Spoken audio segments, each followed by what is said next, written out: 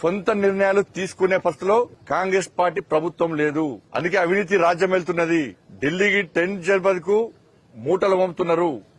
ఆ మూటల కోసం వాళ్ళు ఆశపడి తెలంగాణ రాష్ట్రాన్ని పాలించే స్థితిలో కాంగ్రెస్ పార్టీ ప్రభుత్వం లేదు. అన్నిట్లో కమిషన్ తీసుకుంటున్నారు. కానీ ఇటువంటి పరిస్థితుల్లో తెలంగాణ రాష్ట్ర సమాజం ఆలోచించాలి. దేశంలో డబుల్ ఇంజన్ సర్కార్ ఎక్కడెత్తున్నాయో అక్కడ అభివృద్ది కొనసాగుతున్నది.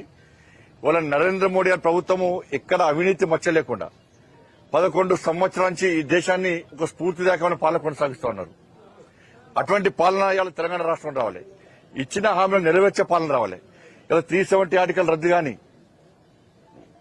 ఈ 11 నెలల పాలనలో అయోధ్యలో రామమందిర నిర్మాణం గాని, త్రిపుల్ తలాక్ రద్దు గాని, సిఏ విషయంలో గాని, నినాక మొన్న వక్ బిల్లు సవరణ చట్టం గాని, ఇట్లా అనేక సాహసోపేతమైనటువంటి కఠిన నిర్ణయాలు తీసుకునే ప్రభుత్వం నరేంద్ర మోడీ ప్రభుత్వం.